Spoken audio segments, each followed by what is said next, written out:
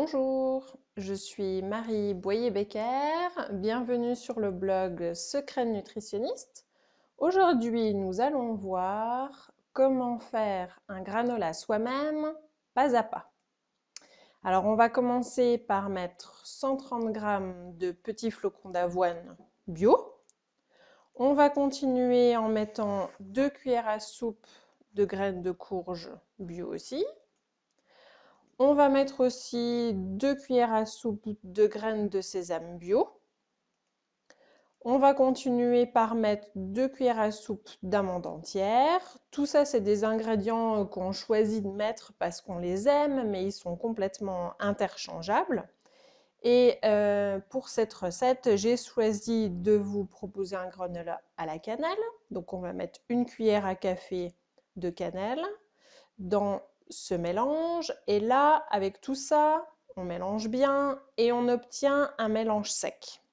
Ensuite, dans une petite casserole, on met 2 cuillères à soupe d'huile d'olive.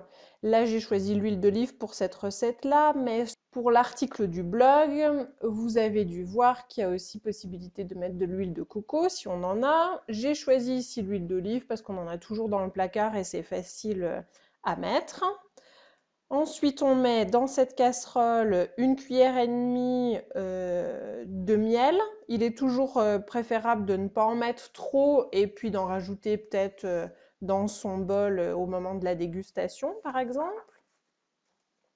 Cette petite casserole avec l'huile d'olive et le miel, on chauffe à feu tout doux, environ 30 secondes. C'est juste pour bien homogénéiser ce mélange liquide. Donc on mélange bien et on verse ensuite ce mélange liquide dans le mélange sec de départ où on avait les flocons d'avoine et les graines et les amandes. Ensuite,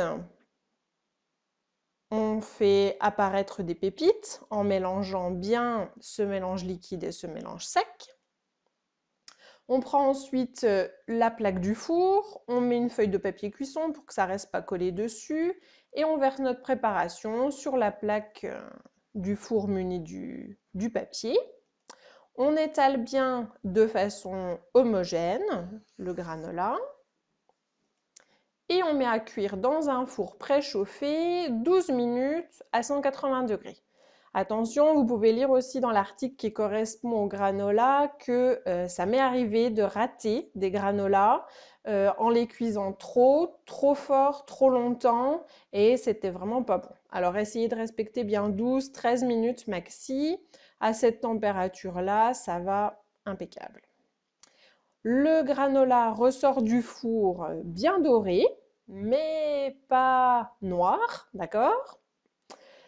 Il est nécessaire de le faire refroidir, donc là, souvent, je le redépose sur une assiette froide pour qu'il refroidisse plus vite. Et quand il est refroidi, eh ben, on peut ajouter à sa guise ce qu'on a envie, des raisins secs, des cranberries, des pépites de chocolat, d'autres choses voilà, qu'on a envie et qui nous font plaisir. Et puis ensuite, on peut stocker son granola dans un bocal hermétique. Alors, je vous avoue que j'ai toujours fait jusque-là des petites quantités de granola parce que on l'aromatise différemment, ça plaît ou ça plaît pas, par exemple, au reste de la famille. Et comme ça, avec une petite quantité, il traîne pas trop longtemps dans le bocal, on le mange très vite et puis on en refait un assez rapidement derrière après. Comment on le déguste ce granola? Ben, on le déguste soit sec, soit avec du lait animal ou végétal et des fruits frais par exemple. Je vous souhaite avec tout ça une bonne dégustation et n'oubliez pas d'aimer cette vidéo et de la commenter si vous l'avez aimée.